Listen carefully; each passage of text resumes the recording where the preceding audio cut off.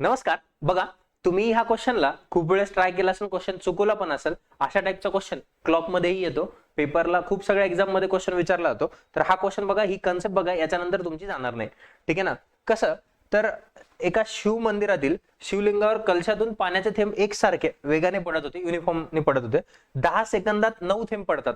तर 20 सेकंदात किती थेंब पडतील? तर तुम्ही सरळ सरळ म्हणणार 10 सेकंदात 9, तर 20 सेकंद म्हणजे 10च्या दुप्पट आहे. तर मग इकडे पण 9च्या दुप्पट करा 18, आणि तुम्ही 18 उत्तर टिक करणार. ठीक आहे, जे की ढळढळ चुकीचं आहे. कस काय चुकीचं आहे मास्तर हे? तर ती कन्सेप्ट ऐका. बघा, आता पहिला ड्रॉप ते दुसरा ड्रॉप याच्यामध्ये तुमचा जो टाइम लागणार आहे तो टी, बरोबर.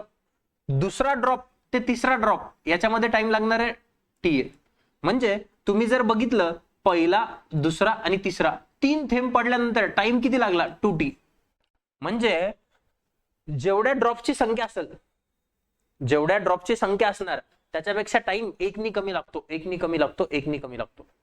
म्हणजे जेव्हा 10 सेकंदात 9 थेंब पडणार आहे, 9 ड्रॉप पडणार आहे, तेव्हा 8t टाइम लागेल. 8t टाइम लागेल.